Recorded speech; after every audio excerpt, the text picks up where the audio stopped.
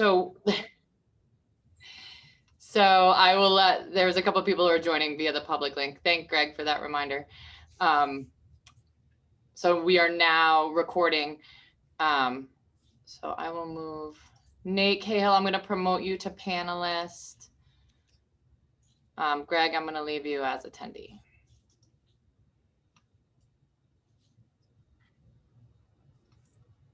And just so you guys know, we're recording this more for our data gathering. I don't expect that it's going to be posted posted anywhere. So just so folks know, that's the purpose, is that we can go back to it as we build the plan.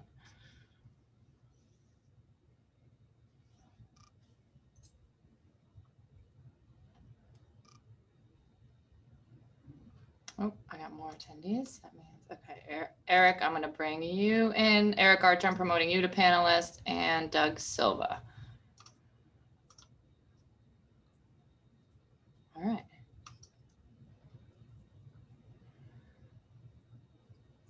Let's see. And then we have one last member, but I think we'll get started because Susan already has heard kind of the first part of this discussion. All right, fantastic. All right, thank you all for being here. Mayor, whenever, I don't know if you're listening in the background, but whenever you want to jump on and say a few words, you just turn your camera on and I'll hand over oh, there she is. If you want to say a few words and welcome people, this is our group, Mayor, that we're hoping will advise us as we move through this plan. We'll work with focus groups from each sector as well. So you'll see this group is they're not all from the same sector. So this is the representative group of property owners, restaurant, arts and culture, tourism, office owners, small business owners. So this is a more representative group. So if you want to say a few words, we'd love to. I do. First of all, I understand. I want to thank everyone. You're finally open, a lot of you, and it's like, okay, another Zoom meeting. We need to do things, and it's really important that we, what, it's our future. It's not today. We plan on staying open. It's downtown. It's Main Street. It's our welcome, and all your input is very important because we all have diverse businesses, and like she said, there's a mixed culture here, which is great, and getting the input what you see downtown on Main Street. And Doug, I'm glad to see you because it's like, okay, you're fixing downtown, but how can we interact with us that are over this side? You don't want the waterfront change, right? You don't want this done. Well, what are we going to do? And this is the time to tell us what we need. And it's very important. And all of you here have been since last March a year. I've seen a lot of you. Welcome, Faye. I'm glad I see someone new and different. So it's not the same thing. Hello, Susan. It's nice to see you. And Eric, also, it's, what, we need to figure out what we can do. We want to survive. All of us that have been here know that a lot of our friends are not. A lot of the businesses closed. What can we do to make sure that, we're surviving, not just in the summer anymore. It's like we need to survive all year long, and what we can do to complement one another and how we're going to do that. So thank you so much. And it's really important that Ann gets all this. And is it traffic? Is it, or what do we do? Do you want to see the mayor bicycle and we need more bike racks or whatever you want? We really need to hear it now where we can get some funding. We can do these and gradually go. So, and I want to make sure that it's out there because I don't want someone saying, well, I wasn't involved or I wasn't heard. So please spread the word, tell them that we, my community development has worked really hard on this and we want to make sure that we get it all. Now, remember, Main Street is not just for the merchants downtown because people come from all over and they want to go to the museum and maybe go downtown and then go to a restaurant. So we have to all interact. And that's what it is. It's not just that. So, it's raining. I came to stay at the hotel. My suggestion is what do you do with the child that's raining, want to go to the beach? Well, there you go. You've got the museums, you got Our Haven.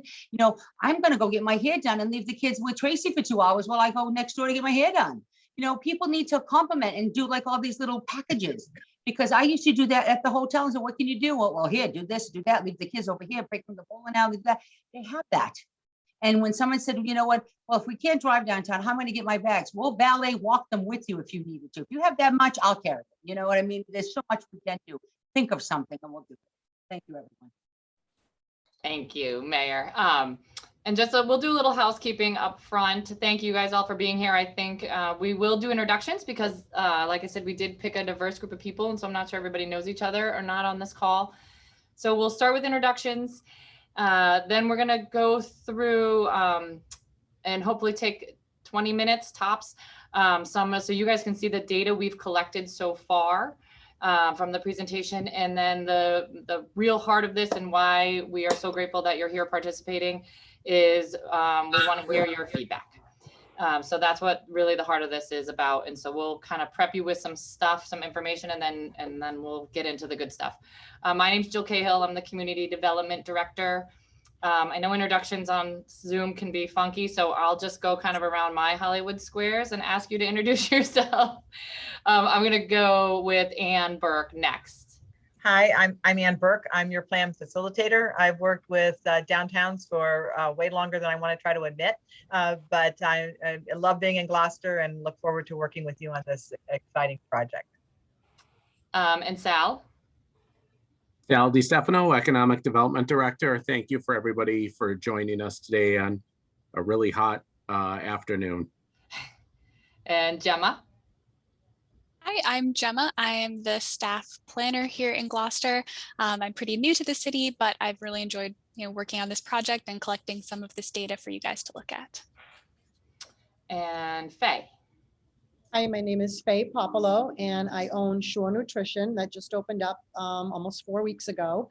And I also live downtown. So I have a business, I own the building, and I also live upstairs and live on Main Street. So hoping to get things going on Main Street again. Elizabeth? Good afternoon. I'm Elizabeth Carey. I am with Discover Gloucester, which is a destination marketing organization for the city of Gloucester. And Tracy? Hi, I'm Tracy Thane Corbett. I'm the director at Cape Ann Art Haven. We're at the corner of Pleasant and Main Street, and we're a nonprofit arts center. Nate? Hi, everyone. Nate Cahill from Wheelhouse Cowork. I'm the owner operator here. We have 2 locations downtown. We've loved being in the heart of Gloucester for since 2019. Good to be with you all. Doug? Hey everyone, Doug Silva, Topside Grill. Been in business here for about 15 years now. Also lived right downtown for a long time. I don't live there anymore, but know exactly what it's like to live downtown. It's gonna be very fun. That's it. And Susan? Hi, everybody. I'm Susan Coviello. I'm the Executive Director of the North Star Health Project, located at 5 Center Street, so right downtown, up the street from Passports.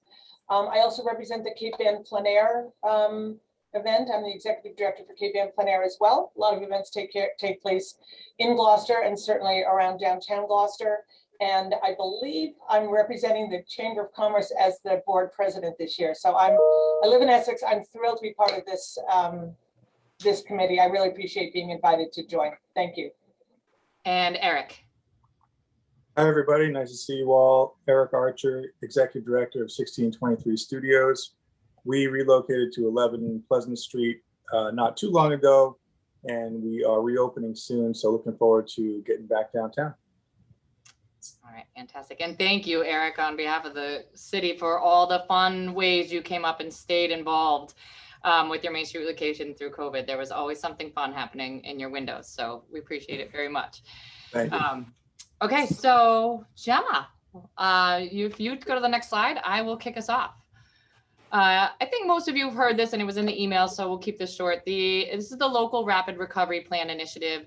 There are 125 communities throughout Massachusetts participating in this. It's fast paced. We're going to be done by August. So we know it's happening during the busy season, but that's the time frame they gave us. So I appreciate in advance. I know that time is tight during these summer months. So I appreciate in advance any time that you can give us and feedback you can give us. The first, it is data driven. We're working with Ann, who's our plan facilitator, and we will be bringing in subject matter experts as well. And our goal here is the plan will include 12 actionable, well-developed projects as part of the final report.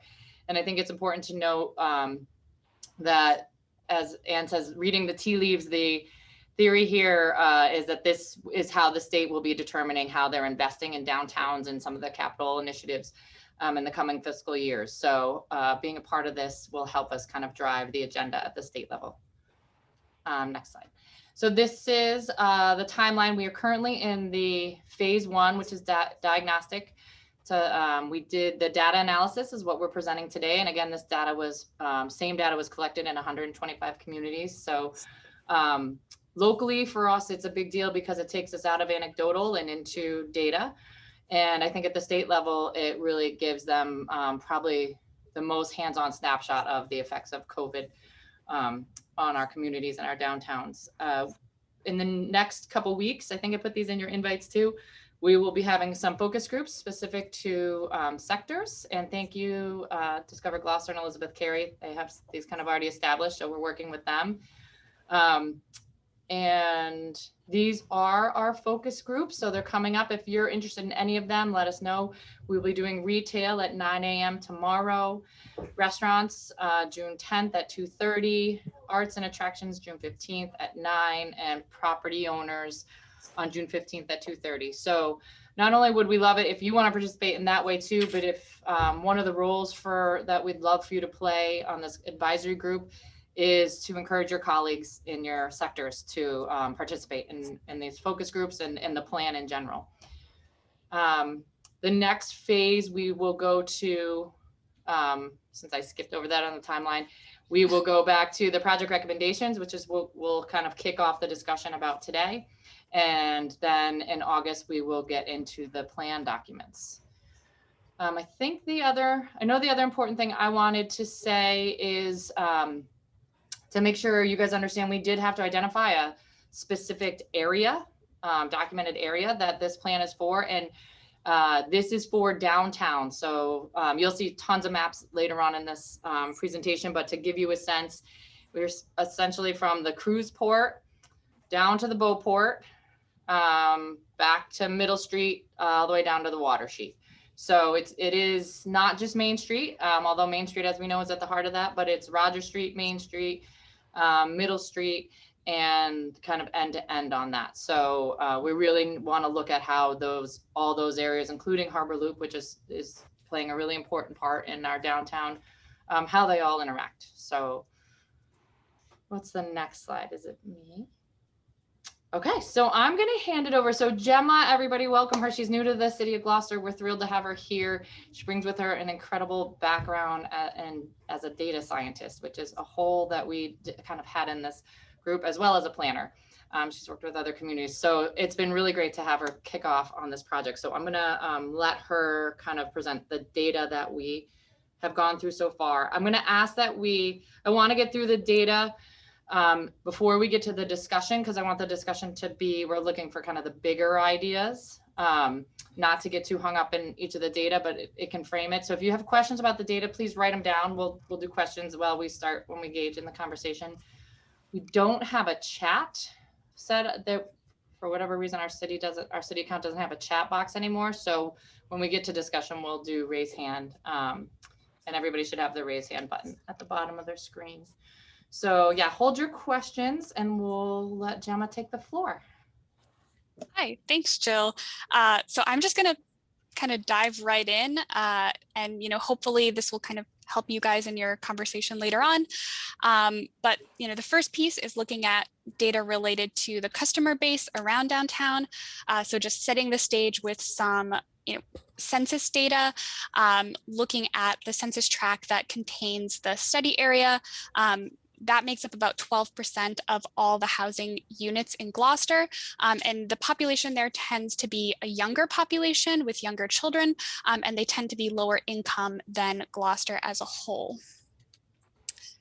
So shifting from kind of that built-in customer base to, how COVID-19 might have affected foot traffic and tourism into the downtown. This first piece of data here, this first figure here, comes from the LRRP survey that went out to businesses in the downtown. We had 22 responses. So thank you to all of those that took the time to provide feedback here. This was looking at, reported decrease in foot traffic in and out of businesses. And most businesses did see some kind of foot traffic, although it was fairly mixed to the degree that they saw a decrease in foot traffic. And then that, really corroborates the data we have about cruise passenger numbers and visitor center numbers as well. So shifting to looking at more the business environment and what kinds of businesses are located in the study area. So this map, it looks at parcels classified generally by the primary ground floor use of those parcels. So you can really see on Commercial Street, there is a manufacturing cluster. Middle Street is much more dominated by services and office space. Main Street is mostly retail, restaurants, and entertainment, although there is a pretty good number of offices on Main Street as well, particularly kind of in the center part there that separates, that kind of leads to East Main Street. And then Roger Street is much more a mixed bag, with the eastern part kind of trending towards transportation and even somewhat manufacturing as well. So this is kind of looking at that same, trend that we were looking at in the last slide, but instead of geographically, looking at it more numerically. So you can see that kind of those big chunks of how the study area is being used in terms of businesses are, 36% office space, and then 36%, those retail and service type of businesses, with a chunk that is also restaurants, and then one hotel, as you know, and then 15% are those businesses related to manufacturing, construction, and transportation. So this slide looks really similar to the last one, but it's actually shifting to look at the mix of businesses in a slightly different way. Specifically, how are storefronts being used? So in collecting this data, we define storefronts as sort of the physical ground floor facade of a standalone business.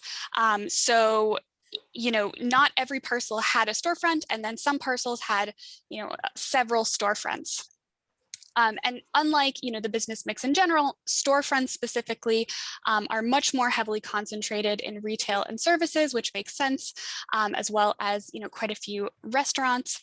But then there's also a big chunk, and I think this, was seen in the map as well, that are being used as office space. And then 15% of all the storefronts that we observed were vacant. So just to dig into that 15% a little bit more, this map shows the spread of vacant storefronts in the study area. And to contextualize this a little bit, this could be, one vacancy in an otherwise occupied retail condo. So it really kind of speaks to sort of just the, gaps in that sort of walkable kind of retail space, especially on Main Street. And then the blue dots here are sort of more significant vacancies. So a fully vacant parcel or a vacant facility. So we have Tallies in there, and the vacant brewery is in there. So, going back to the survey data, this is looking at the impact of COVID-19 on revenues. Similar, it really follows the trend of foot traffic here in terms of the 22 responses. Most people saw a decrease in revenue from the year before, although it's fairly mixed in the degree. Gloucester as a whole did see a pretty significant dip in room tax revenue and meals tax revenue. So I think this, kind of speaks to the decrease in visitors and tourism coming into the downtown area and into Gloucester as a whole. A little bit more from the survey. I think the most striking thing here is 67% of the respondents to this survey reported that they still had some form of reduced capacity, even at the time that this survey was conducted. And then, the impacts reported are really what you would expect based on the nature of those COVID restrictions and, what we've heard from businesses in the community. So this slide is looking at the outdoor seating and how that has played out during COVID. So the new temporary outdoor seating permits, both in 2020 and 2021, we were pulling data from, resulted in about double the amount of restaurants having access to some form of outdoor seating. And that led to more than half of the accommodation related businesses having some outdoor seating accessible to them. Of those that participated in the program, 75%, the majority, used it to create a new outdoor seating area, and then 25% used it to expand an existing outdoor seating area. And then this is just sort of, looking at that geographically. I think in particular here, you can see on Main Street, a cluster of restaurants in blue that use this program to create a new outdoor seating areas. There's really a cluster that existed with this permit that hadn't before. So this is the last bit of information that we have for you. And this is, shifting to looking at how parking is being used. This data comes from a 2013 study. So it's not the most updated data, and it doesn't necessarily reflect how COVID-19 may have shifted how parking is being used, and also just how changes in how parcels are being used may have shifted that. Hopefully with access through the LRRP program to, like Jill said, some subject matter experts, this might be something we can relook at. But as it stands, this is the sort of best utilization data we have about parking. And this map in particular is looking at public parking and street parking. So parking that's really being relied upon by, those walkable small businesses that don't have access to their own parking area. And based on this 2013 study, those 3 municipal lots are, being used quite heavily, and there tends to be more available spaces on the street, especially in East Main Street and eastern part of Rogers Street as well. So the last slide here is a kind of quick one. This is just looking at the inverse of that previous slide. So these are non-municipal parking utilization. These are lots that are operated by the business owners themselves.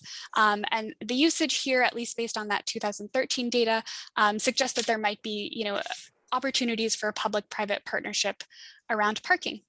So that is the data we have for you guys. And I'm going to hand it off to Anne to talk a little bit about the physical environment. I'm going to jump in real quick because thank you, Gemma. That was fast and furious. I'm sure you guys have lots of questions about that. So, this is going to be available on our website. So if you want to dig in and do a little bit more thought around it, this will be on our website. And like I said, she will be here. We can go back to slides if you have questions and things. So thank you, Gemma. Go ahead, Anne. Oh, you're muted.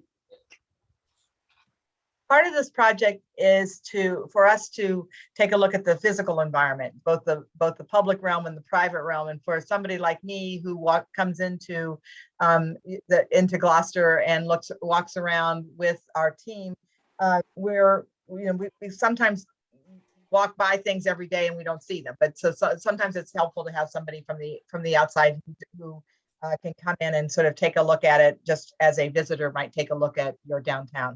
So in this process, we were asked to sort of give an aggregate grade of weighing a whole bunch of design principles around how does your district look. But in reality, we quickly understood that Main Street looks a lot different than Rogers Street, and that looks a lot different than industrial areas. So we kind of looked at these things, in each one of these little segments. And I'm not going to read these to you, but these are sort of the guiding principles. As we walked around, we were trying to look at things like, are windows transparent? Is there outdoor dining or spill out over activity that comes out onto the street? Can you identify businesses at a distance to see their signage, or can those signage be used to attract businesses? Are there awnings? And if there are awnings, are they in good shape? Do they provide comfort for the pedestrian who's walking by? What do the facades look like of the buildings? Are they well maintained? Are they well cared for? And how about lighting? Is there lighting in the interior of the building? So even in the evening, that there is some interior lighting that spills out onto the street. So those are some of the ideas, some of the things that we looked at as we were looking at the private realm, and the private realm are the businesses, the buildings themselves, what's happening from the private side of things. So Rogers Street, we felt, and nobody we also didn't want to be the easy grader in the crowd, the teacher that everybody wants to give an A to, but to kind of take a realistic view of, what does this look like? So Rogers Street felt more like an arterial street. The buildings were basically the back sides of many of the buildings. There are a few examples where you have, like this building here, it has a storefront that's brought out to the curb that, that has an active business there. Certainly the waterfront and industrial area is a whole nother ball game. So you really couldn't apply that sort of grading system to that. And then Main Street, we felt had some beautiful architectural elements, some really nice storefronts, some well-designed merchandising and street activity or merchandising and storefront activity that, felt pretty solid throughout that street. So Jenna, you want to advance it?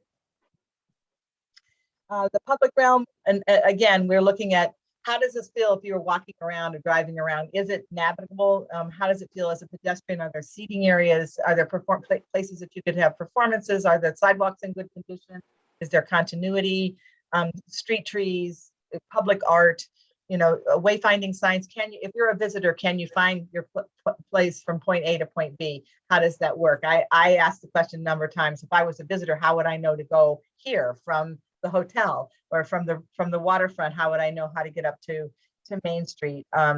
Crossings, transit stops, the boat docks, and all of those kinds of elements on the public realm that would help you move around this area. So Rogers Street again felt like more of a vehicular type of a street. It wasn't as user pedestrian sort of oriented, friendly to bring visitors over across Rogers Street. It's a little bit of a challenge. The waterfront and the industrial area pretty much is, you need to be aware of where you are so you don't get run over by a truck, which is fine and great. And actually people from the hotel said they sort of like that environment, but that's a different sort of environment of if you were walking around the area. And Main Street, again, I think the consideration on Main Street is that some of the sidewalks are very narrow. So if you wanted to do outdoor dining or you wanted to bring things outdoors, you have some challenges related to that. And there are places where you could do benches or trash cans or trees and other elements that might tie together this public realm a little bit better. Next slide, please. So what's working? There have been some improvements in trying to make those connections through some shared street improvements. That little walkway. I think some of you haven't been downtown for a while. Before I came, they hadn't quite completed this, and it's still a work in progress. But it's a way, if you look through that street, it brings your eye down to the water and makes it tries to reinforce a connection between the waterfront from Rogers Street up to Main Street. There are more opportunities along the way to enhance those connections. Certainly having access to the waterfront is important as a visitor or trying to bring visitors from the water up to Main Street. There have been increased numbers of opportunities for outdoor dining. The Main Street environment is pleasant. It's really the place where people want to walk around, and it seems to have a high level of pretty concentrated level of activity. The city has sponsored some seasonal programming. These are sort of illustrative slides to show how that is working. And I know there's some plans in the works for Culture Clash. So using the sidewalks, using the streets, trying to make those physical connections are working. Next slide. Where there's some room for improvement, some of the again, as a visitor, I say, well, what is Harbor Walk? How do you find your way around? There's lack of some district-wide branding. Some of the streets, inconsistent sort of streetscape amenities and sidewalk conditions. I think the waterfront connection for your visitors, people who are visiting your visitor center or going to coming in from the cruise ships or visiting from the hotels, find it challenging to make those connections. How are we utilizing our parking in general? You have places that have high intensity of parking use. There are underutilization of some other parking that might be available to the downtown. The Harbor Walk seems like it's not as loved as it could be. It was a significant investment, I understand, and yet it brings people along the water, which is something that every community on the water longs to do. but perhaps there's some improvements there. And then gateways. How do you know you've arrived at your downtown? It doesn't feel like, it feels like there could be opportunities for some more of a gateway connection to let people know that you've arrived at a destination. Next slide, please. In the private realm, I think what's working is you have a lot of nice retailers, some interesting retail, and people do a nice job with merchandising. Their storefronts and facades are generally in great shape. You've got visitor destinations. The fishing related activities are authentic and desirable for people who are here, who are residents, making this community and this downtown really feel like they're that it has a special personality, which that many other businesses take advantage of. And then there are some nice elements that are already in place. You know, I've kind of picked out some of the signage and some of the awnings and some of the storefronts and some of the outdoor dining. But I think there are a number of things that are really working here on the private side of things. Next slide. Where we have improvements, as Jenna mentioned, there's about 15% of vacancies in the downtown, and some of them are fairly significant buildings. So paying some attention to how we fill those vacancies and where are there opportunities to do that, and the types of uses and the tenant mix that you might want to try to achieve for the Gloucester is going to be important. And a lot of conversation around the opportunities along Roger Street for maybe bringing more retail, more commercial or storefront life to what essentially are the backsides of some of these buildings. So, you know, trying to activate that those opportunities that might front on Roger Street. There's a little bit of that, but there perhaps are some room for more of those types of opportunities. Again, thinking about lighting and some of the other things that might happen there, bringing more commerce and dining outside. We felt that those were opportunities to pursue. Next slide. So that's an overall glance. You know, I'm sure none of this is necessarily news to anybody, but I think it's important to kind of take a look at it from the eye of if I was visiting here, or if I was coming here as a potential business, looking at how I might want to locate into this downtown. You know, how to take advantage of the customer base and potential customer base that is here. You know, what are the kinds of things that we might do to reinforce this downtown as a destination, to add more, be mindful of the tenant mix and attract new businesses, support our existing businesses, and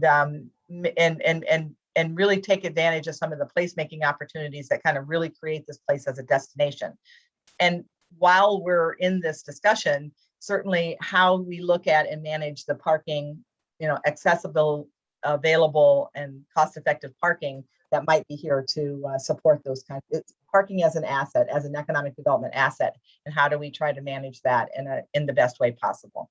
So here are some of the focus areas that are emerging from our one-on-one conversations, from our data that's out there, from our on-site survey of what we see on the ground. And we wanted to kind of sort of throw this list of emerging focus areas for project development. And again, as Jill mentioned, we're asked to try to identify a dozen or so actionable projects that can be a part of this plan. And as we approach this plan, it's called the Local Rapid Recovery Project. And it's really designed to try to help downtowns emerge from the impacts of COVID, and their businesses emerge from the impacts of COVID, but really to position themselves to be stronger as they move forward, and prepare themselves as they move forward to be a little more resilient as in encountering the next sort of economic downturn or other crisis that might be out there facing them down the road.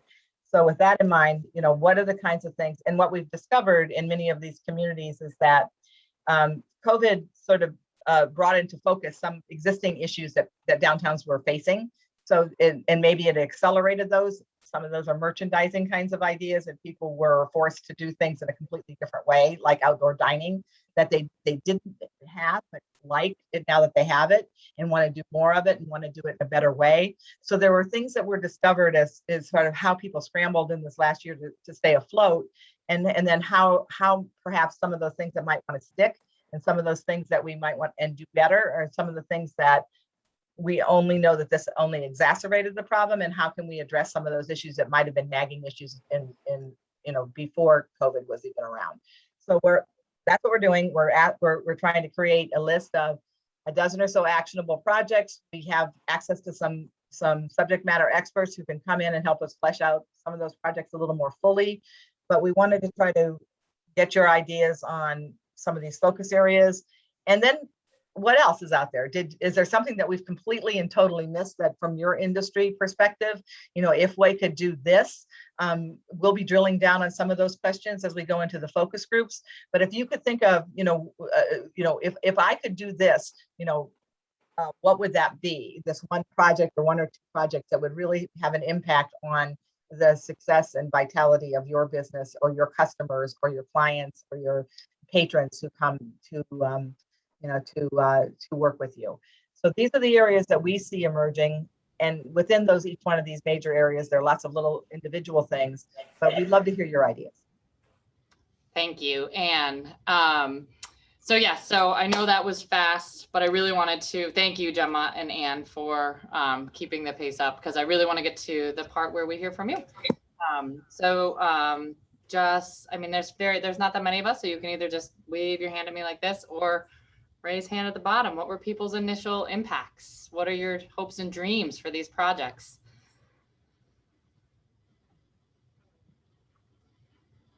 All right, Doug. Yeah, a lot of stuff to cover here, but some of the biggest things, signage is huge. I think that parking is very big. Kind of rebranding or reinventing downtown to make it more attractive. I think the Generous Gardeners do a fantastic job to make the place look pretty nice and beautiful. More of that, but things that I see a big red flag, it would be something like I-4C2 that's been trying to be out for a while. The Tallies place, I think that's a huge thing that needs to connect between Beauport and downtown. I don't know if anybody's seen the lights in the trees lately. I remember when Ken worked on that, they were beautiful, and all of a sudden they're what people said that they would be, and kind of dying out and not really there anymore. A few places downtown could definitely use some redevelopment and some updated facades. But those are some things that jump out at me. It's definitely a lot of ideas. Now, as far as this rapid recovery plan, how do you kind of go to the private sectors or these different shops and storefronts? Bringing more business in or more tenants in, but B, getting the business owners to update their places. Are there grants available? Are there things that's accessible for them to use to their advantage? I guess would be a question. Well, part of that is that's a good question, because part of this whole discussion is two parts of this discussion is one is if one of the projects, if collectively this community felt that it was really important to establish a facade grant program, for example, and you wanted to try to really make that work, part of we could identify a project that tries to do that and then looks to try to find some combination of funding that would make that possible for property owners to take advantage of making those storefront improvements. And sometimes those are a combination of grants or low income loans or public-private partnerships. So I think part of our challenge would be, if that's identified as a really important project, then part of our challenge would be, well, how might we cobble together some resources to make that possible, or at least encourage property owners to do that.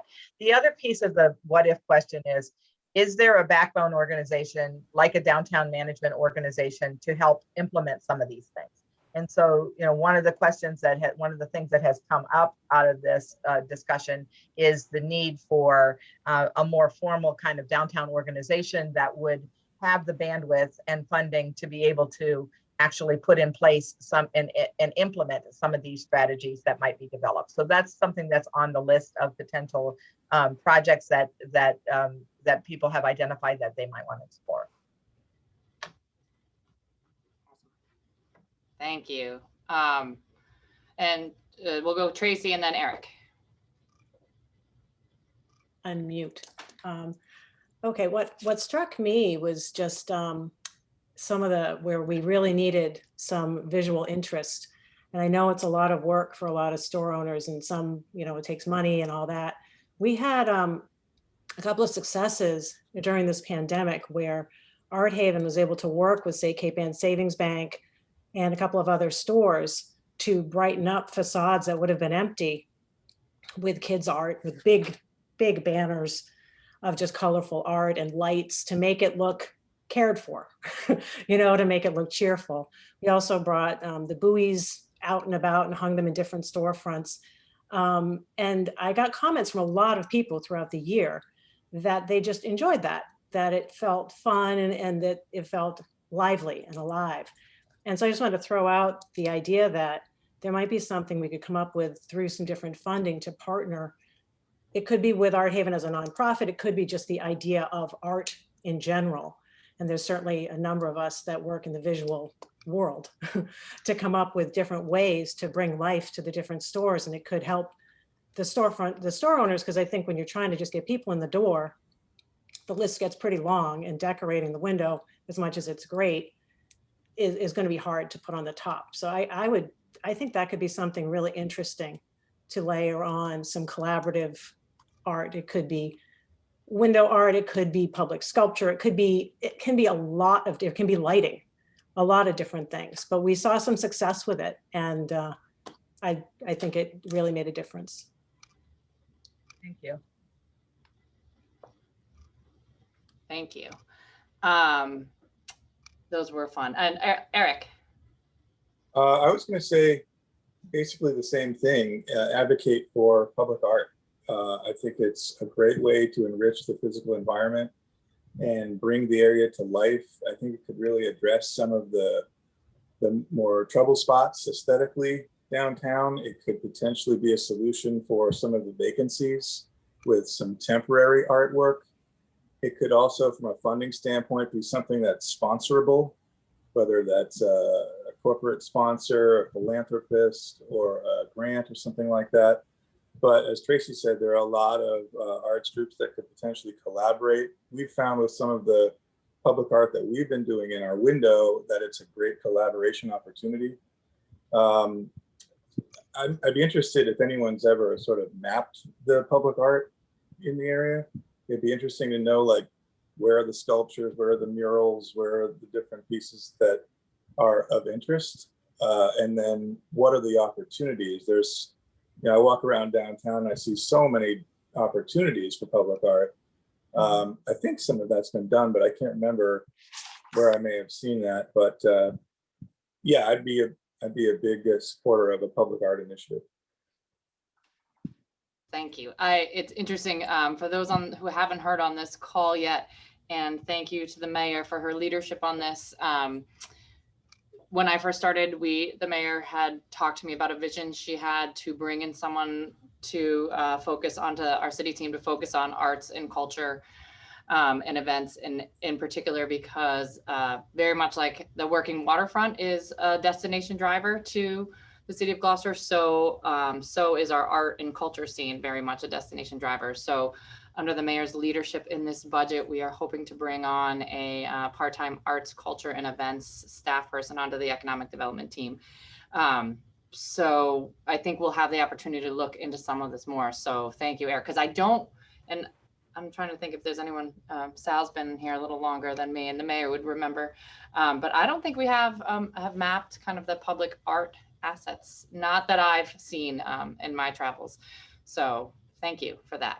I see Nate, you have your hand up. Yeah, I wanted, actually, those past two comments were really good, and I think they're worth re-echoing. I was downtown with a visitor just the other day, and they saw the large mural of the lobster that's I think it's just getting completed today or tomorrow. It's impressive, and it does connotate this is your downtown. It shows special effort from the city and the people here to make it beautiful. So I would re-echo those comments on public art. I also really like how we're focusing, and this slide is a great slide. These bullets are fantastic, each and every one of them. But I really like the placemaking comment here, the streetscape improvements. I'd really encourage this group to consider the economic benefit of a walkable, beautiful downtown. And for me, I'm going to always advocate for more natural beauty in the downtown environment. trees, greenery, not big trees, not ones that take away the view of the ocean or anything like that, but trees that complement our streetscapes are really great drivers to get people downtown, get them walking around and spending the day coming down to Main Street because it's beautiful. And the secondary impact, the economic impact of, yeah, of course they're going to get something to eat and they're going to go window shopping at the local retail stores. I think that that's really great. And if we can incorporate that as part of our action plan to make beauty, both natural and artistic beauty, incorporate that into the downtown, it'd be wonderful. Thank you. Elizabeth. So to follow up on Nate's comment, when we met with you and Ann, the two things that came pretty strongly in my mind was having Main Street be a marketplace. We use, Portland, Maine as an example, where a portion of Main Street would close and you could have picnic tables and trees and public art and maybe artisans painting and just a lot of activity, pop-up shops, food trucks, if that were important, although there's restaurants on Main Street that would probably benefit from it. But to almost pick, almost like what we're doing with Culture Splash, that we turn Culture Splash, which is going to happen on Thursday nights in July and August with Cater Trolley and Harbor Tours, that maybe a Thursday night in the summer, the portion of Main Street closes and it truly becomes a visitor destination where our art, culture, dining, crafts, and all of that come together, where it's also a marketable and branding opportunity as well. Susan, your hand was up, then down.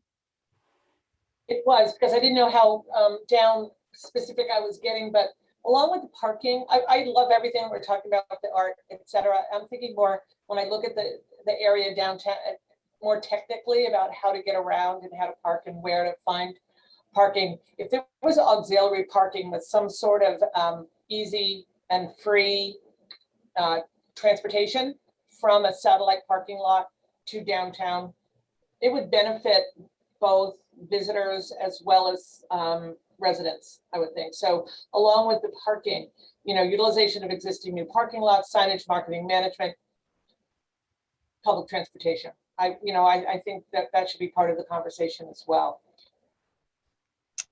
Makes me think, I drive by the parking lot in Rockport that they shuttle folks from in the summer. And so it'd be interesting. I don't actually know how well used it is. So I think that's a really interesting conversation. Because we have areas like the high school parking lot that is not necessarily highly used on a weekend in the summer. That's interesting. Thank you. Yes. Let's see. Joe. Yeah. Hi. I also agree with the parking. When I look at the map that you have, that we put up here, the majority of the parking that's being used seems to be down on the end where Tono's is and all that area. And I notice that's where the majority of the restaurants are also. And although I think it's great that the restaurants have outdoor seating, everybody else is challenged with having enough parking for the rest of the businesses that are there. And that's all well and, that's all great during COVID and whatnot. But I think moving forward, we have to look at a different option. If we're going to continue that, we need to look at different options for parking for the rest of the Main Street area. And I noticed that if we go into the east, towards East Main Street area, there's plenty of parking in that area. And I also feel as though that's because there's more empty spaces in that area. Everything seems to be congested in that one area. And since CVS has actually left a big space there, and it is a big eyesore, especially at night when the lights are turned on and it just looks like an empty vacant space. And my concern for Main Street has been for a few years, although I just got here, but I did all my business in Gloucester before this. The Gloucester Market place, we keep building up there. And we keep building up there even though there's still empty spaces up there. So I kind of don't understand that concept right now where we're building to put more shops up there, but yet there were empty spaces. So we just keep building more. And what happens is people are leaving Main Street and moving there for a parking situation because parking is better up there. And I think Main Street has lost a lot from that being up there. So I'd like to get, some additional parking, not only for the customers that are here, but where do your employees park? That's a big issue also. And once these lots, normally pre-COVID, these lots in the summertime are always filled. So if we're going to have all these events and you want to block off the streets to encourage people to walk around, we do need to have additional parking for this, and we do need to have a plan for that. I think that's the most important thing. I also think about, I was in sales and hair care sales, and the whole North Shore was my territory before I started this business. So I travel around the whole North Shore, and I noticed different populations in different cities and different downtown areas. And Gloucester has a population of around 30,000. And I ask myself, when I go to a city that has less of a population in their city, why are their downtowns so busy? Why is there so much commerce going on in the downtown areas? Because I travel these areas constantly on a weekly basis before. So my thing is how do we get people that live here, these 30,000 people that live here, to spend their money here in the businesses that we have? We do have to look at the income levels of people. Who's going to spend the money? Who's going to dine in a certain restaurant? Who's going to shop in a certain store? And I think we really need to look at that when we come up with things for the city. Not just for tourism, but how do we get the people, the 30,000 people that live here, to spend money here, as opposed to some other towns that only have 19, 20,000 and their downtowns are bustling. That's what we need to get to. That's what we need to figure out. There seemed to be a lot of emphasis, a buy local emphasis, particularly during COVID. I saw a lot of communities really coalescing around acknowledging that they needed to patronize their small businesses in order to help them get through COVID and to cement the sort of a buy local mentality. And there are some examples of places that did a really good job of trying to get they did pledges where people pledged, and at any income level. You could do this if you were just buying something from the local donut shop to somebody who's a full service restaurant, or buying a haircut, to doing all different kinds of ways of supporting their local, particularly local independent businesses that they really cherished and didn't want to lose from the landscape in their downtown as they help navigate COVID, but also coming out of COVID. How do you implant that priority to spend your money locally, in your local residents or your nearby residents who you draw from? Because your tourism population is important, but your year-round residents are the ones that are going to sustain you, throughout the year. Exactly. I think that's what we need to keep focus on also. Mm-hmm. And I think, Faye, for us, so some of these in our application, many of these are the things that we put forward in our application for this grant, which is good, and we're starting to hear from people. But hopefully there's many of these that tick that box, right? That start to build the local support, and one of which I think that is the business attraction and tenant mix, right? So what is downtown that brings people downtown? Can I come downtown and get my Shore Nutrition shake, the birthday gift I need for the party, and the outfit that I need for dinner that night? So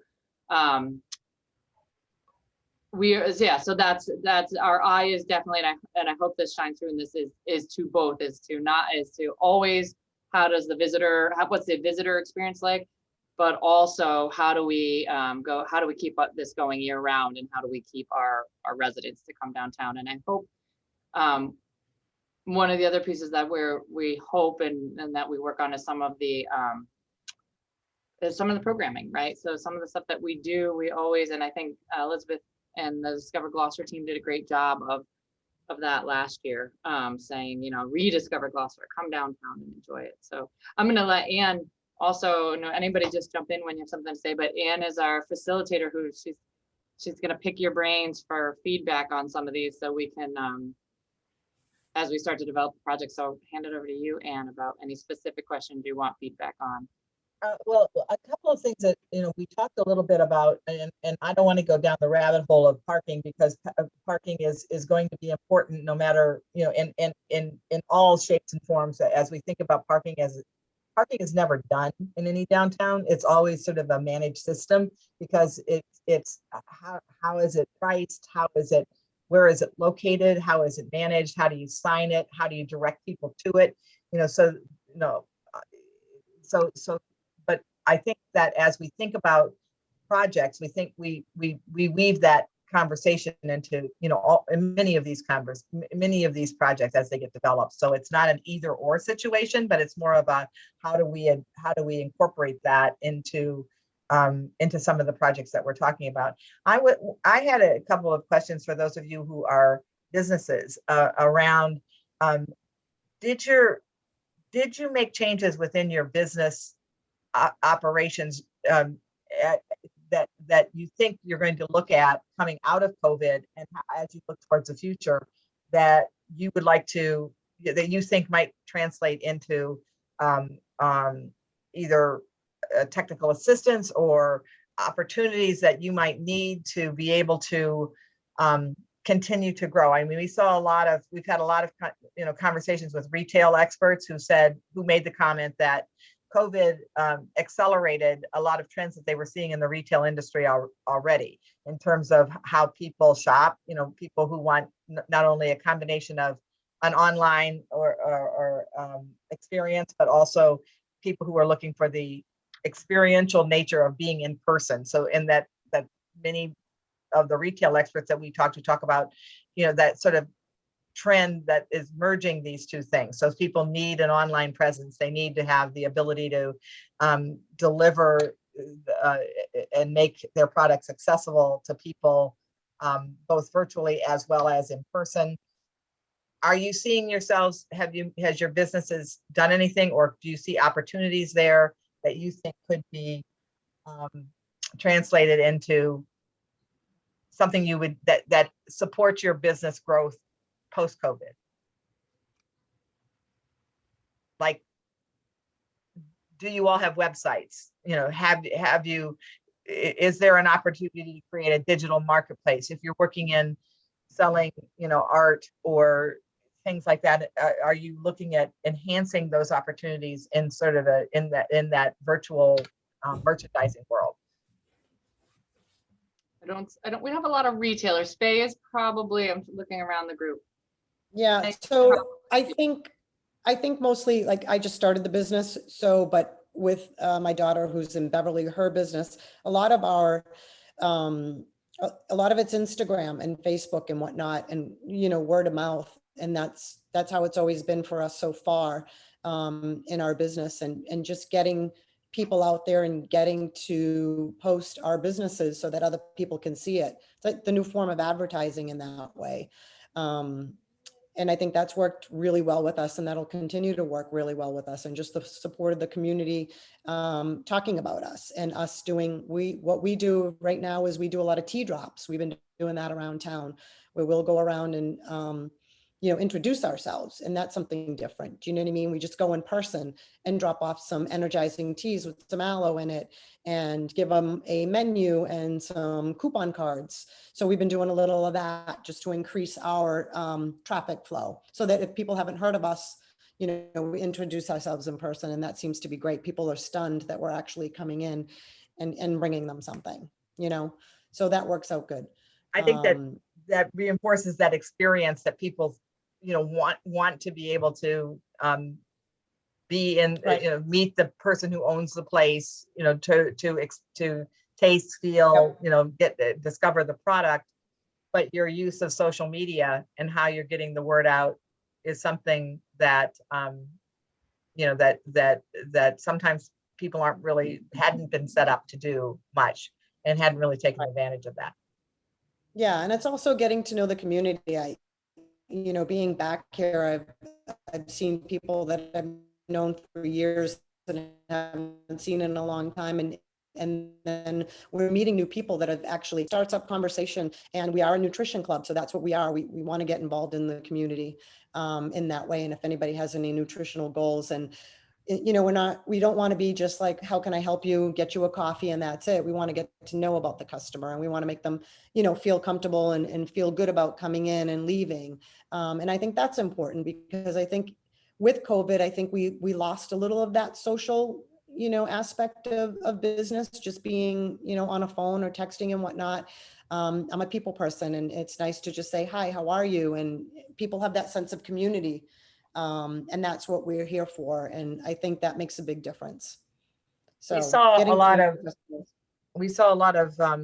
of health and nutrition companies, gyms and things using the outdoor public parks and teaching classes outside and partnering up with coffee shops and having these, Yep. really kind of moving the business to an outdoor location, and doing it, through a good chunk of the year. So not Yeah. just in the warmer weather months, in fact, better in the fall and in the spring when it wasn't so hot, but, trying to create a safe environment that still allowed people to do business, but also and people like working, and people like that outdoor thing. Right. So, sort of the multi-purpose space that people might see opportunities to bring their businesses outside. And people talk about what do you see when you travel to other places? And Faye, you mentioned you go up and down the coast, or up and down the Northeast area with your sales. You think about the places that you really like and enjoy. What are the elements that those places have?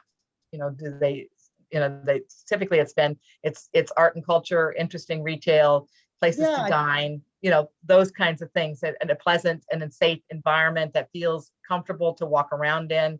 And then sort of those combination of things that are appealing to the resident as well as the visitor.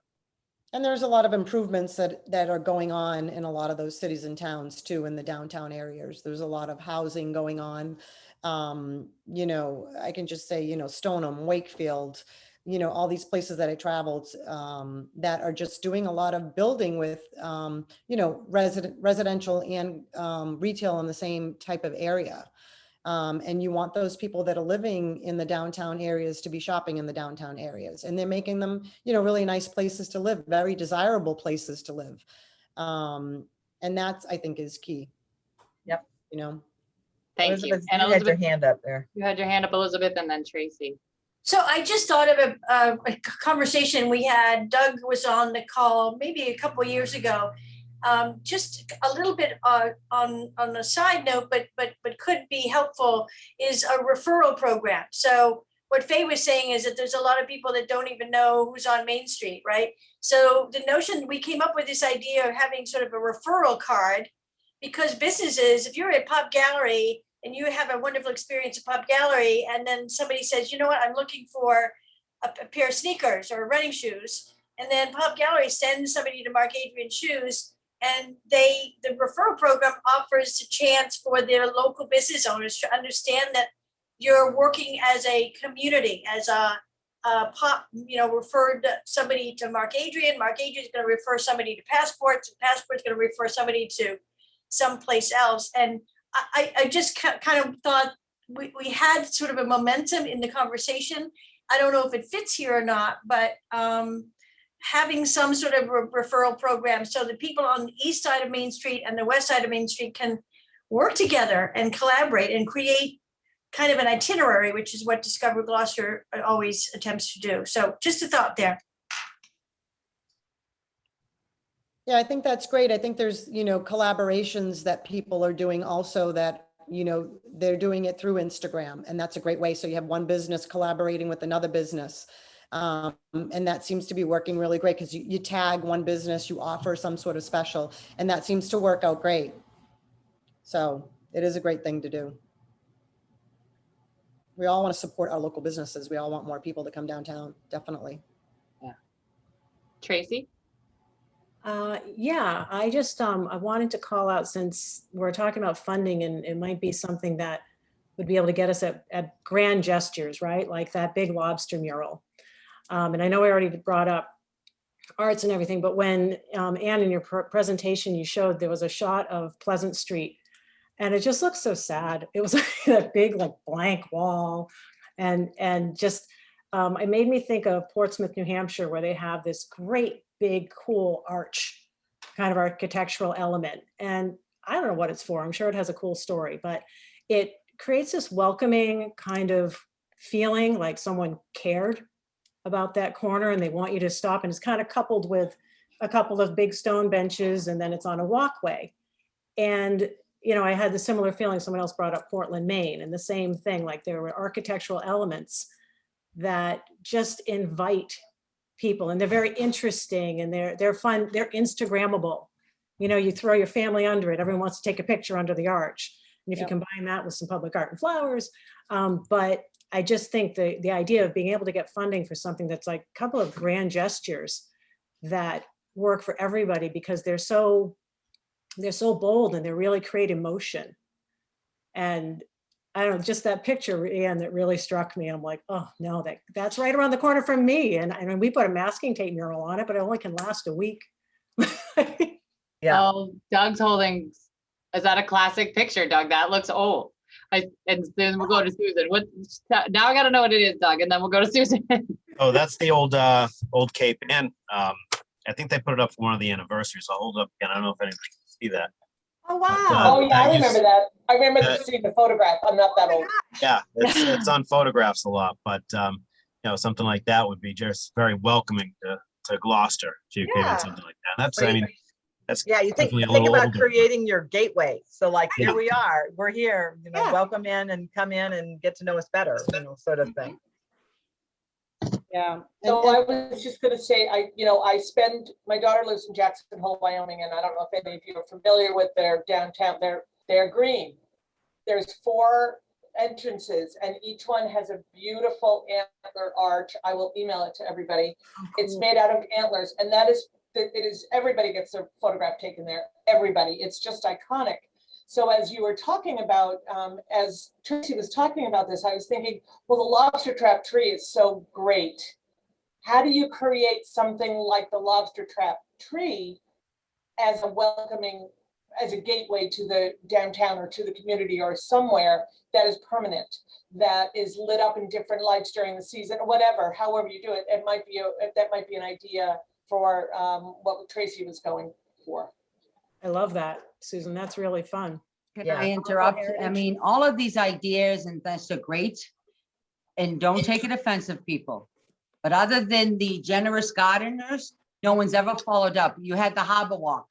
Have we updated them? Have we fixed them? Have people, I mean, you don't want something that is going to be great and then it needs to be painted, or there's a light that they go on. Look at this, the lights down. I've got nothing but, Mayor, they're blue. No, that's yellow. No, that's white. You didn't get the right lights. You didn't get right. You want to do something that I'd rather have like a monument or something, or people adopt it and have each group adopt it. Because if you're asking the city to supplement it or to pay for it or to do stuff, it's kind of difficult, because you know what? We have the harbor walk, we got grants, and we do those things and we don't maintain them. And it's no offense to anyone. It's just there's so many things, so many different things. And it's not saying that these people don't want to do them, you know, because we try, but then, you know, at the budgets or this or that or whatever, and then it doesn't. And the harbor walk, I don't think it's in existence anymore, as far as if you put your iPhone or whatever up to that and someone's going to talk to you. Okay, I don't think it even works. And there may be maps and there's nothing painted. And some of the sidewalks we had to get rid of because people were like sliding and getting hurt. And there's so many different things. So when everything sounds absolutely amazing, you know, that's great, but people have to adopt it. We almost didn't get the Christmas tree, the lobster tree lighting at the police department, because it's always Out Haven and the buoys, and they depend on fundraisers and who's going to do it. That's a lot of work for just like a Christmas season. And so Mary, you make an excellent point, because you know, who owns this and who takes responsibility for the sustainability of this is really the whole thrust around, you know, the idea about a backbone organization or some other way. When you think about these projects, how are they sustainable? It's already 3 weeks in and we're trying to figure out which crosswalk we're painting for Pride. By the time we're done, it's not going to be Pride anymore. It's going to be whatever we want to name it. And the fact is, because you got to get the right colors now. There's so many different things. Someone said, Mayor, if I supply all the umbrellas, I don't know if people have saw it, but there was a picture that they had all umbrellas all over the wires, like on their main street, like they put in Las Vegas, they had all those colors and stuff, like the Bellagio. We put all these beautiful umbrellas. I said, uh-huh. And when they fly away and one color's missing and one who's going to do that, or if the fire truck hits it, it can't go. There's so many things. And so what I really like to see is, okay, so we're thinking of art and we're thinking something sustainable that's easy. So we're thinking of that. So we need to find something that says Gloucester, that we all can make, everyone says it's not just one industry, it's everything. And figure out a location, because then to do certain things, it's kind of difficult. And it'd be kind of nice that we work with the 400 to figure out what we can do to represent, all of us, and figure out exactly what the sustainability could be. If there's no painting, because there's so many things where you don't have to paint or you don't have to do that. Maybe it's just a little bit of cleaning or maintaining that. Then, okay, can we put that into someone's budget? And no offense to anyone else, because I am very, very appreciative of all of you and all of my boards and commissions, because they do so much. But and don't forget, you got to get the DPW to agree to work on certain things too. And they love to work with the General Scouts because they maintain it. They're doing everything and it looks gorgeous. If we had to do that, oh, please, it'd be dead. You know that. That is very true. I think that you raise a really good point, and I think as we think about any one of these projects, we think about how is it not only implemented, but how is it maintained over time. So I think it's good to have that on our radar screen, always. And I think that you make good points that we need to be thinking about. But I think that saying that, I think that part of this project is not only to look at the resources that are within the city itself or the town itself, city itself, but also to look at who are the other partners out there, how else can something be implemented and maintained, and how do we look at that? How do we look at that in a more holistic way, so that you as mayor, you're not feeling, oh, this is all falling back onto me as the mayor or this community to figure out themselves, but how we look at this and say, all right, how do we implement this? How is it sustainable over time?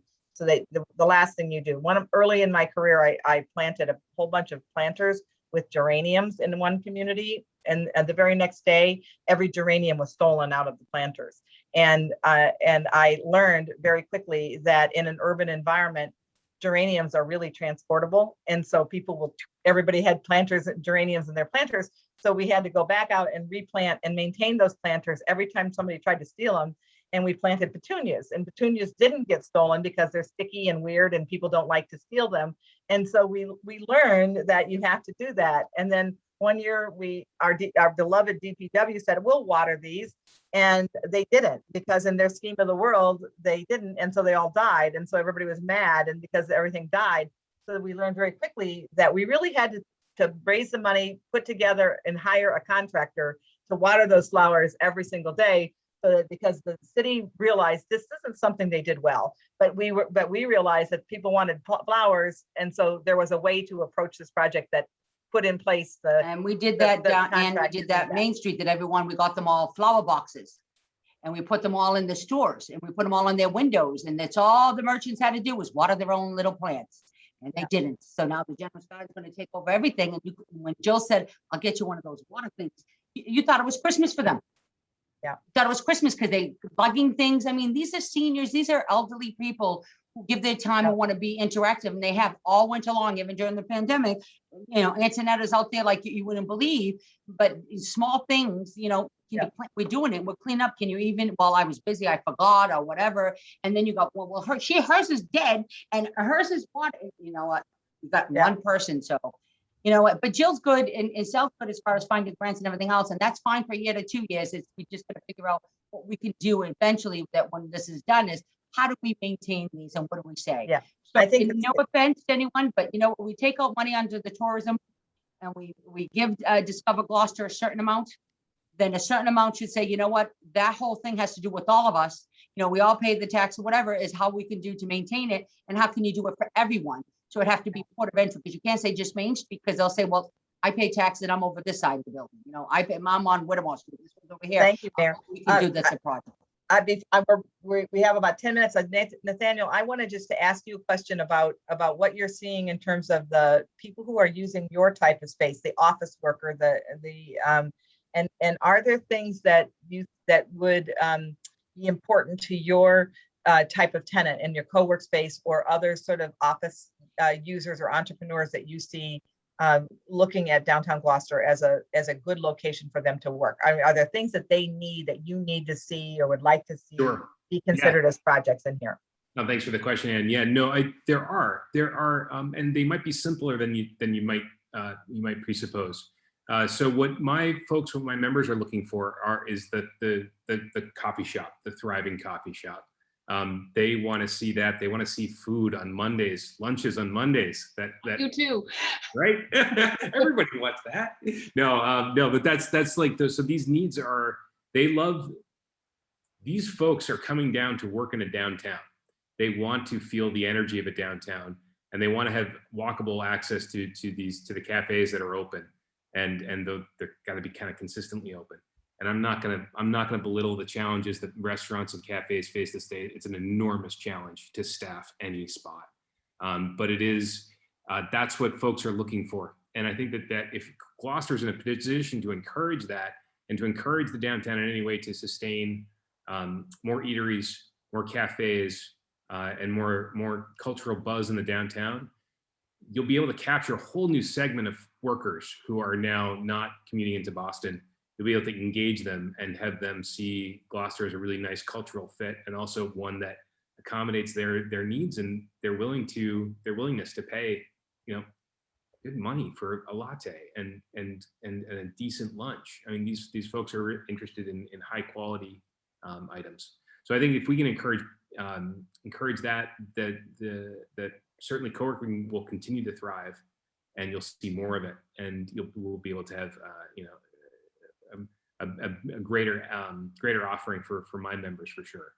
And then on the other side, like they would these are folks with established careers, established businesses. So a lot of folks think that we would benefit from business incubation activities or seminars and that type of thing. But folks here really actually aren't in need of that. They have their careers established. They're looking to go out and interact with a lively downtown. I'm just going to put one more plug in for natural beauty. If you plant a tree, if you get a tree in the ground, oftentimes you buy the right tree, you don't have to touch it. It just goes, it gets bigger, it gets fuller. So I would really, I hear, Mayor, I hear your point. We can't have projects that need sustained effort day in, day out, season in, season out. We need to start thinking about long-term things, long-term fixtures, or artistic, architectural elements that you don't have to clean or repaint.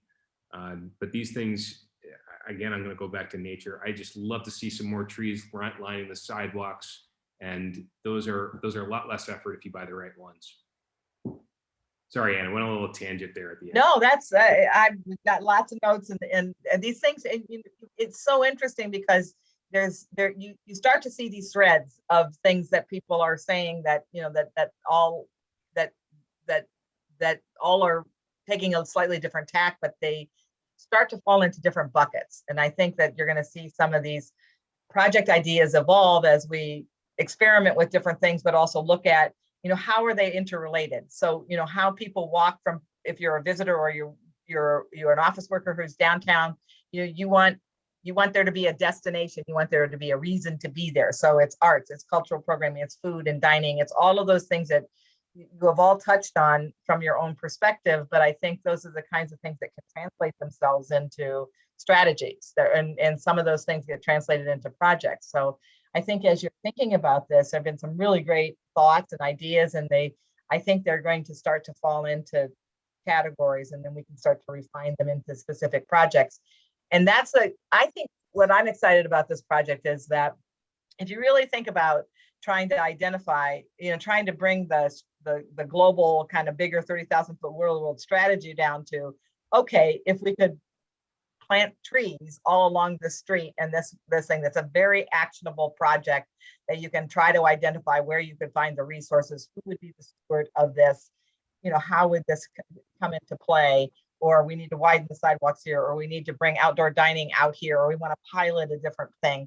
Those are all kinds of very specific kinds of projects that that we're going to try to develop and bounce off of you and talk to focus groups about, and really want you to give some thought to this, like go home, have a beer, think about what could really be an actionable project that might, bring in some of these principles that people have been so clear about saying. They want a lively destination. They want it to have feel comfortable. They want it to look beautiful. They want it to have a dynamic culture and retail mix and restaurant and dining opportunities. Those are important things. Think about, what those strategies might be, or what those specific projects might be, that then we can try to figure out. Oh, did Ann freeze for everybody else? How do we find them? Who takes it on? I think Ann is having audio trouble. Sorry, and you kind of went in and out on the end, but I think sorry. I think that's actually, and Susan, I'm gonna go to you in 1 second. But I think the summary of that, and I don't know, Gemma, if you want to move to some of our other slides. I want this group to know that what we're really we plan to come back to you, this group in particular, more than one time as these develop. And so we'll be doing the focus groups. We're going to refine the project ideas, and we're going to come back to you guys and say, okay, this is what we heard from focus groups. Now, how are we doing advisory committee? How are we bringing those sentiments to life, right? I believe we have a larger, I know we need to do a larger community engagement session. So, we'll do that and then see where that brings us and bring it back to you guys again and say, what are we missing? What did we get obsessed on and took that too far, and what did we forget about and walk away? So, so we plan to bring this group in particular back together. There's a few people who weren't able to come today that will add. I want everyone to make sure that we did specifically, I made an effort I'm worried about the East End. I feel like the East End gets left out a lot. So I did reach out to Kat Kukuru, who owns the Hair and Color Studio. She is interested in participating. So she's down on that end. And anyway, so we are working to get some engagement so that that feels whole, right? So that downtown feels whole. So this group will kind of grow and change as we make sure that some folks that we weren't able to get here today are here. And if you feel like there's something missing, whether it's a geographic space or an industry space, give me the feedback and we'll go hunting for the right person. If you think you have a great person, let us know. Susan, where'd she go? So I'm just wondering how we can support and the work. If we're a steering committee, what can we do? Do you want us to go to focus groups as possible? What can we do in between meetings so that we're continuing to help move this process forward? Well, I think there are a number for those four or five focus groups. We're really hoping to have a good representative, like dozen or so people participate from those different sectors, because it really helps us drill down on, so ideas that might be specifically important to them. And I think that if you can encourage people to participate or participate yourself, if that's possible, kind of keep thinking about it. If you have specific suggestions, certainly offer them, into the equation, because as we start to continue to refine this, we'll be continuing to refine some of these project ideas. And I do think that there's a lot of, because this was such a accelerated process, and because there are so many communities participating and trying to collect the same kind of information and data, that it will inform the state around how they want to allocate resources. So I think that if we can come up with some good projects, I'm hopeful that there may be opportunities to find some resources to support them. But I also think that being mindful of, how do you set these projects up so that there's somebody who owns them locally, and takes those projects on, so that they have that sustainable nature about them. And I think for from our perspective, please, I don't want to get to the end of this process and have someone come up to me and say, I didn't know that was happening. Right? Yeah, talk it out. Or, I didn't have a chance to say anything. So please talk to your neighbors downtown. Get the word out. Whether it's focus groups, and I do have a question for this group before we wrap.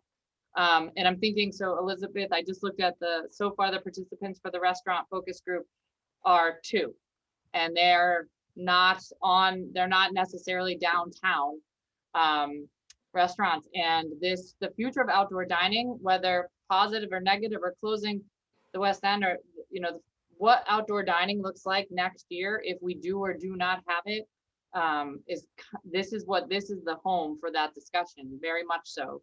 So if you are talking to any of your colleagues in the restaurant industry, or downtown in general, downtown in general, so retail, retail is really impacted by the fact that restaurants are out in the parking spots. And I think there's positive and negative effects, right? So this is the place to have that conversation. The current permitting that allows for the public use of the public spaces expires at the end of this calendar year. So this is really the home for those conversations, and let's take what we've learned during COVID, the good and the bad, and help us figure out how to help move that forward. So we really are looking to you guys to kind of get the word out, get people engaged, make sure anybody, you can send them to me or to Sal. We'll find a place to plug them in, and also with this group advice, keep us true to some of these themes that we talked about today. So that's from me. I'm sorry, I'm concerned about the 2 restaurants that are coming to the focus group, which is, I think, is it tomorrow or the next day? It's Or next week? tomorrow? No, what day? Tomorrow is retail, and we have about 16 on retail. Retail is great. That's good. Retail's it's a great response.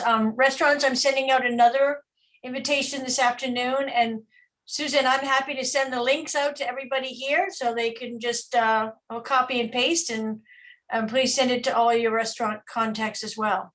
I'm thinking that that's something that the chamber might be able to send an email to the members, the restaurants on the list from the chamber. That might just be another thing that they see and say, oh wait, yeah, I'm going to do that. Yeah. So Doug, did you have your hand? Yeah, Liz, if you could text me a link. I'm in contact with probably 75% of restaurant owners in a little group chat. I can forward that with a little info over to them. Great. And hopefully get a little bit more of a response for Thursday. And we're emailing anybody. We have access through the permitting system to anybody who took out an outdoor dining permit. So we're hitting them that way too. So and Doug, it's always if they're industry peers, invite them. It's like, please come. I'm on this advisory committee. You will help me figure this thing out. This it's all. I find that, as much as Jill and Sal and Gemma and I, like, if we invite somebody, it's one thing. If somebody from the tourism industry invites their peers, that's great. If somebody from the restaurant industry invites their peers and said, come on, we have an opportunity here, that's really going to be more impactful and super helpful. So thank you for doing that. Both Elizabeth and Doug, thank you. Susan. I have a quick question if I can. I just thought of this. So with this federal grants and whatnot, and because of COVID, is there any way certain properties can be rezoned if they're strictly zoned because of hardship issues with this? By any chance? So that's zoning would be local. So it's going to have less to do with any of the federal or any of the grant funding. But zoning is definitely a piece of this that we should and can talk about. Okay. Because there are some pieces of property that, because they're zoned a certain way, can't progress, and that's why they're eyesores. Faye, this is Sal DiStefano.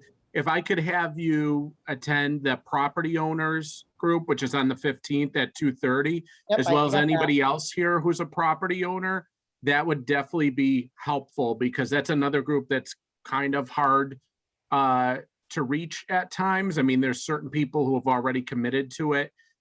but it takes reminders and things like that. And also, Susan, I sent a list to Ken. We're working together to zero in on some of the property owners, because Faye brings up a good point, and that would be a separate issue that we could cover at that Yeah, time. zoning is very, yeah, thank you. Yeah. Yeah. And I believe that some of the eyesores, that's the reason, because of zoning, that they're like that. So if we can change some of that, maybe we can beautify the city and attract more people. Definitely. I need your input, Faye, on the Okay. 15th at 2:30. Okay. And Awesome. let other. Trying to say my owners know. city's not pretty. Are you trying to No, say, no, Faye? no, no, Oh, no. I You just love my came from city. Manchester. I was Look, born just and 'cause your raised sister's here. I here. live here now. I'm Okay, is that what finally you're trying to say, home. Faye? Everyone, Faye's a I'm good friend finally of home, mine. but there are certain I areas saw that I Faye would. going, don't worry about it. Gemma's probably going, what's the mayor doing? I've known Faye all my life. Her sister works for me, so I'm going like, just because she just moved in here, so, and she opened a business. Really? Go back Gloucester's to always Manchester. home It's so for pretty me. there. I love it there. You're kind of lurking over there in the sideline. You pop in there. Yeah.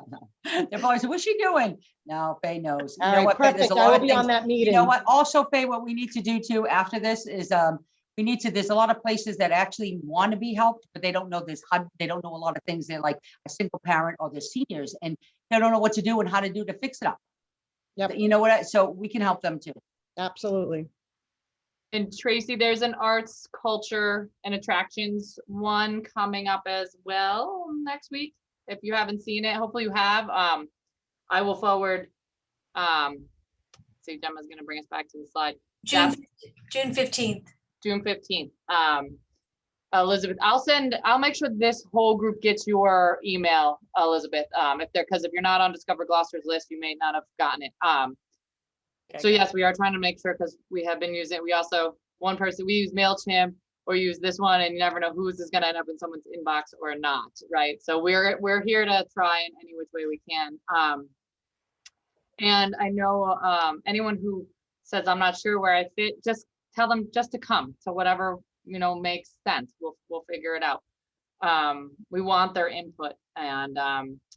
And the other two groups, just so this team knows that we are contemplating and haven't nailed down yet, are residents, because that's another one that's a tough group to try to identify how, because there's not really a neighborhood residents group. And then the services, so the hair salons, the real estate agents, the office, those. So we have a few other areas that we are still trying to wrap our brain around how we gather them and reach them. But I think they're an important part of this conversation too. I want to be mindful of time. I'm so grateful for, I wish we were together in person, because I think this is an incredible group of people. I think it would be some really cool energy in a room. Someday we'll do that. And someday much sooner than when we said that last year. So I want to say thank you and give anybody a chance for a last word, and let you know that we will give you, I'm guessing we said every couple of weeks we wanted to meet, but again, conscious of the fact that this is summer. I do want to ask one last question. You can just raise your hand. Is this a decent time of day for this meeting? Does this work for most people? Okay, I'm seeing mostly yeses. Okay.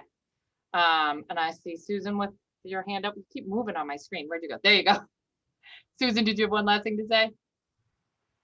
No. And how about you? I was Ann? voting. I put that hand up to vote. You said to vote with my hand, so I voted with my hand. She's such a rule follower. I am such a rule follower, as Sophia well knows. And any last words for today? Thank you. Thank you. Thank you very much. Thank you so much for your time and your energy. We will follow up with the next meeting date and time and the link to where you can find this if you want to spend a little bit more time with some of that data. And thank you. This was really great. It worked. Thank you, everyone. Thank you, guys. Bye. Bye, thanks. Bye.